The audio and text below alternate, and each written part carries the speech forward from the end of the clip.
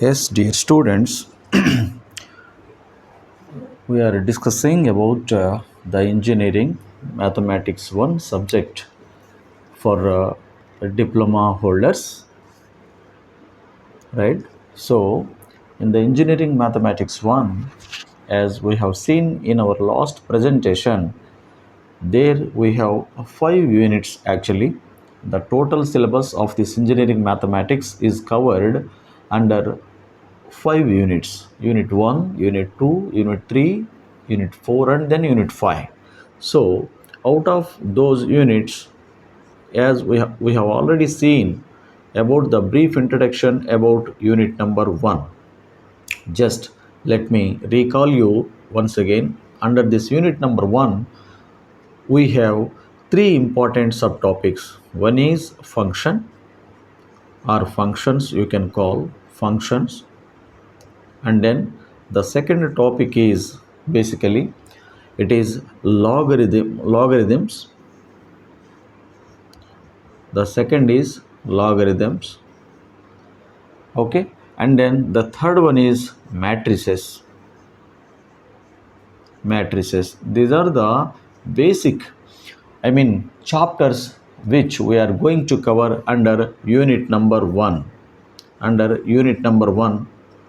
Okay, so again in this function, these are the basic primary topics under unit number 1.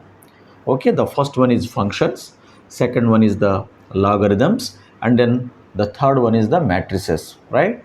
Each has its own importance, and there is a very, very important questions expected from these three topics, right? So coming to these functions, we have basically the important topics which we are going to cover is that what is a function, and then the basic terminologies with respect to this function is what is a domain, and then codomain, right? Codomain. And then what is the range, of the given function. Normally the function is identified or denoted by the small f. The function is denoted by the small letter f. So under this function, what we are going to see is that what is a domain, what is a codomain, what is a range. So in your final examinations, the most important question is expected that for any given function f, okay, definitely it will be asked find out the domain, codomain, and the range for the given function. That is expected question, right? And afterwards some function will be given, and for that function find out so and so, that we will see while discussing that, right? So these are the important things which we are going to cover under this function. And sometimes they may also ask you that some function will be given, and for that function, and it is asked that draw the graph, right? Like that. Okay, similarly, coming to the second topic, it is logarithms. And so in this we will see the basic, definition of a logarithm. What is a logarithm? Why the logarithm will be used? What are the different types of the logarithms, right? And some simple problems based on the logarithms. And then the very, very, very important topic is that partial fraction, right? Partial fraction, very, very important. Partial fraction. So the function will be given, okay, and so we have to convert that into partial fraction, right? So that we will see while discussing this particular topic. And coming to the matrices, right? So under this, what we are going to see is that what is a matrix, what is a second order matrix, what is a third order matrix, what is a unit matrix or unitary matrix, and then how the product will be determined between two matrices of order 2 or any order, either 2 by 3 or like that, or any combinations we can find out. And what is the inverse of a matrix, right? And there are very important subtopics are there which we are going to cover under this matrices, right? So anyhow, this is the brief overview about these three topics under unit number 1. And today we are going to see about the very basic information about the function. What is a function actually, how it is denoted, right? And how the function will be defined, that I am going to explain you today. Right. Coming to this very first chapter, that is function. Function. What is a function? You know, what is a function? Function is nothing but it relates or it establishes it establishes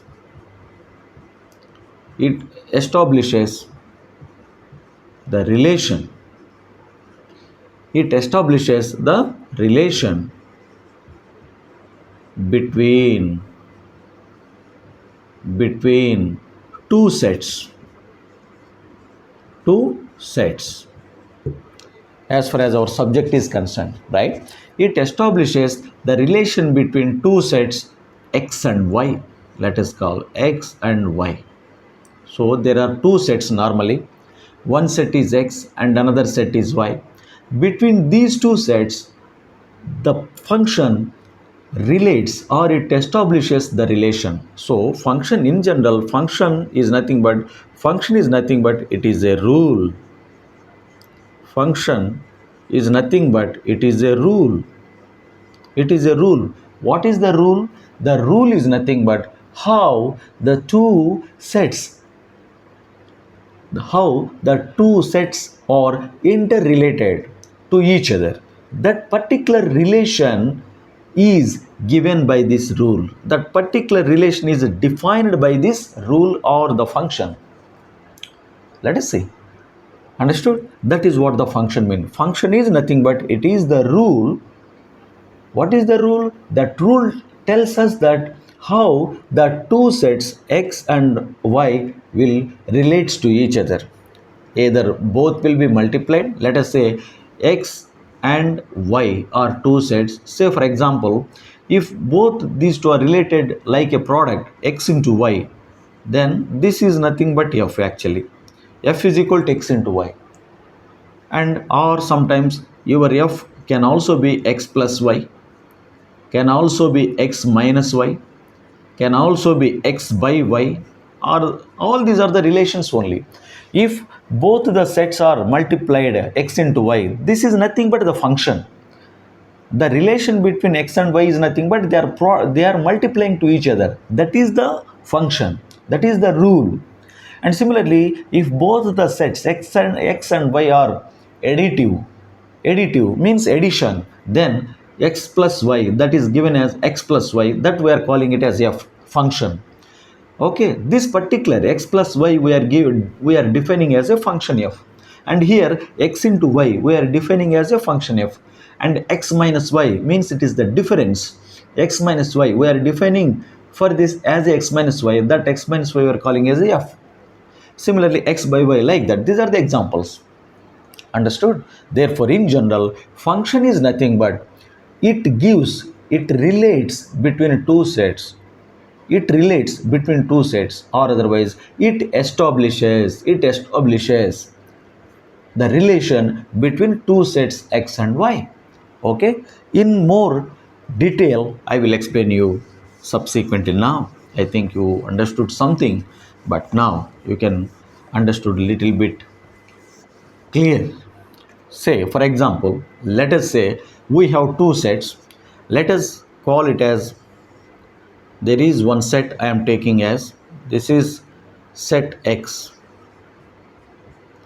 and there is one more set I am considering, right?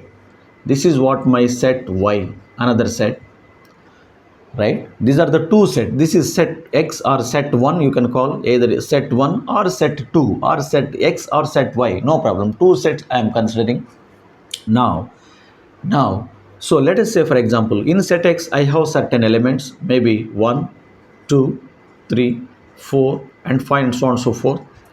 And similarly, in the set y, you can take any, either number or alphabetical, nothing wrong in that. A, B, C, D, E. I am taking some alphabetical numbers, right? Now, these are the elements in set X.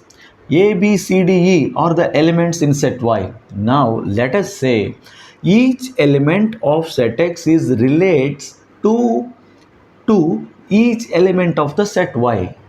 Okay, let us say for example, one is related to A, like this arrow mark I am representing like this. Similarly, 2 is have the relation with 2 is have the relationship with B, and B with C. Let us 4 with E, nothing wrong in that, and 5 with D. Anything anything no problem. So means that what, each element in set X has certain, it has relation with with the elements of set Y. So now let us see clearly. Now I am showing with this arrow mark forward direction, nothing but, so there is a relation between 1 to A, 1 to A. Similarly, 2 is related with B, and 3 is have relationship with C. Similarly, 4 with E, and 5 with D. This is what, so okay, if you can observe here, so means that what, actually set this in this way, we can say that set X has the relationship with set Y. Means that the elements of set X has the relationship with the elements in set Y. This is what the function, this particular arrow mark which we are showing is identify the function, means the relation. Function is nothing but the relation between X to Y, or the element of X to the element of Y. That's it. Understood? That is the function. That is the function. Understood? Therefore this is the simple example of a function. Actually, this is the very simple basic example. Okay, so we are considering two sets, set X and set Y, and in which we have taken some elements similarly here, and we are representing the relation in this way, right? And now coming to another important thing is that, so set X is most of the time will be considered as input. Most of the time our set X is considered as the input. Similarly, set Y is considered as output. Understood? Output. So set X is considered as input and set Y is considered as the output. And as far as our subject is concerned, or with respect to our chapter, the set X or the input is named as domain. Very, very important. The input set is called as domain. Similarly, the output set, that is nothing but set Y, is called as, what is this? Range. This is called as range. Getting? So the input set is called as the domain. This is the domain, whereas the output set is called as the range. Very, very important to remember. Range. This is the domain. Therefore, domain corresponds to the input. Range is correspondence to the output. Clear? Domain correspondence to the input. Range is correspondence to the output. Clear? That is what the very, very important thing to remember. And similarly, okay, what is a codomain? Okay, what is a codomain? This is the domain, this is the range. Output set is nothing but the range. What is the codomain? That I will explain you with the another example. If I explain everything in the single diagram, you may feel a little bit confused, thereby you may get okay, something difficult to understand. Now for your understanding, better understanding, I am considering another example. With this I will finish off today's presentation. After finishing this particular, let us consider in the same another example with the, this is my set X, this is my set X, or this is what my input, or otherwise most of the time this is called as the domain. And similarly, I have another set. Let us take, this is my set Y. Always remember, if I write the set X, You always remember it is a domain. It is the domain. If I write the set y, always remember that it is nothing but range. Remember that. And similarly, let us call it as something 1, 2, 3. Three elements are there, let us say. And here I have that something you can say, and a small x, small y, and z. Okay, something, anything. Okay, some L, M, you can take anything. Now let us say in the first set, I mean set in the set X, the element 1 is correspondence to some Y, let us say. It is correspondence to the relation with Y in the set Y. Similarly, 2 with X, let us say 2 with x, and 3 with z, let us say. This is simple example only. Simple, try to understand. So here in the set x I have considered 1, 2, 3. In the set y I have considered x, y, z, some l and m, right? So how many elements are there in the set x? 3 elements only, 1, 2, 3. How many elements are there in the set x? X, y, z, l, m. There are 5 elements are there. Therefore now if you observe that, so 1, 2, 3, these 3 are related with the 3 elements of set Y. Okay, and 2 L, M are not related with any element of the set X. They are left like, okay, without any relation, right? So 1 is related with Y, 2 is related with X, 3 is related with Z. Therefore, in the set Y, L and M are left out. So therefore you say, what is the domain here? From this figure you can say domain is nothing but it is 1 comma 2 comma 3. These elements are called as the domain elements, or simply domain. Domain is nothing but they are the elements of set X. Okay, the elements of set X are called as the domain. Remember that, very very important. Similarly, what is the range? Range is nothing but the elements of the set Y, the elements which they have the relationship with the element of x. Means that what? So 1 to y, 2 to x, 3 to z. So these are 3 only have the relationship with 1 to 3. Means that what, x, y, z you can say. Or okay, what is the first? Actually first is related with y. You can write, nothing wrong in that. You can y, because 1 we have writing here, we have mentioned 1, therefore 1 is related to the y, na? Therefore you write y first. Similarly, the second element is related with x, then you can write x next. And then the third is related with z, therefore y, x, z. These 3, so under the range you should write these 3 only. And so under the range you should mention 3 elements where they have the relationship with the element in x. That is what the range means. Then this is the domain, that is the range actually. Now what is the codomain? Very very important. What is the codomain? Codomain is nothing but all the elements of set Y. Means that what? X, Y, Z, L, M. All X, Y, Z, L, M. All these elements are nothing but codomain. So this is the domain. In fact, set Y is the codomain. Set Y is the codomain. Codomain is nothing but so you should mention all the elements in the set Y. Okay, codomain is nothing but, so you should mention all the elements in the set Y. Then what is the range? Range is nothing but you should remember, you should note down the elements of Y which they have the relation with the elements of the X. That's it. They should have the relation with the elements in X. That is what the important thing. Therefore, in that way, what we can say, very important point I am going to focus is that the range is nothing but the subset of the codomain.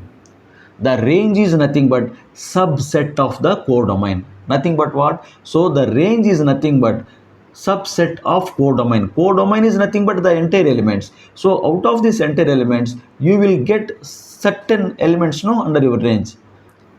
So your range is nothing but your range is the part of your codomain. That is the subset. Therefore, range is the subset of the codomain.